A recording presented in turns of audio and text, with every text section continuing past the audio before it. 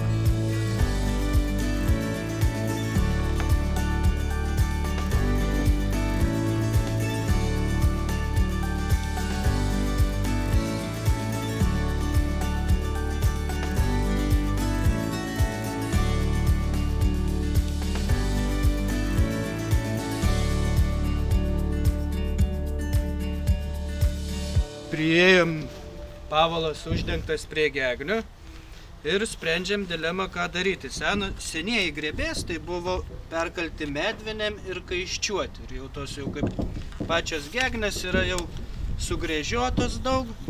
Dabar sprendimas būtų, kad stogą dengtų nendrėmis, bet iškilo tokia problema, kad tiek gegnių apačioj, tiek gegnių viršuj turi grebėstas būti pirmas, tada tarpas tarp centrų 20, o toliau eiti kas 30. Tai iškilo problema, visos skylės nebetinka.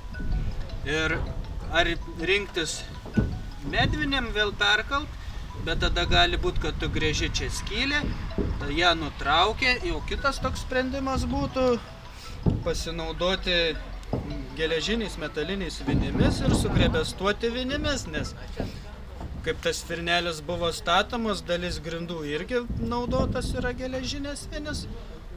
Ir manau, kad nebūtų didelis nusižengimas ir sugrebestuoti vinimis.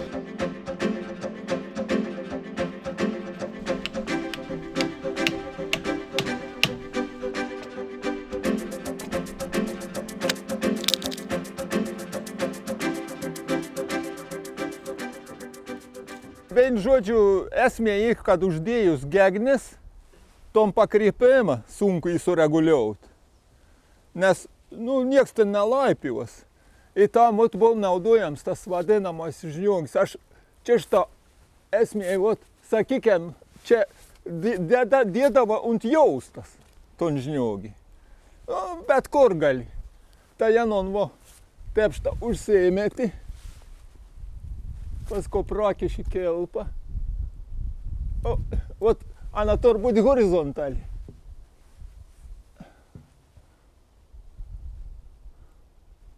Įkiši ir dabar užsuki. Įsivaizduoju, tą jaustai.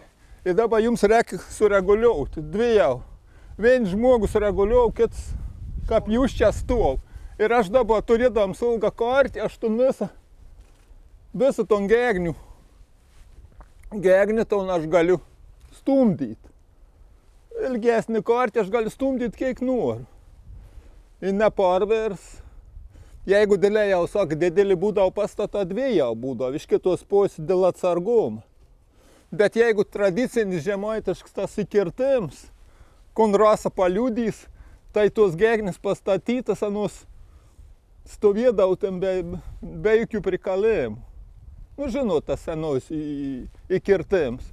Bet sureguliuoti vis tai, visko reikėdavo, tai aš jūs šitą dabar galiu dar pareguliuoti.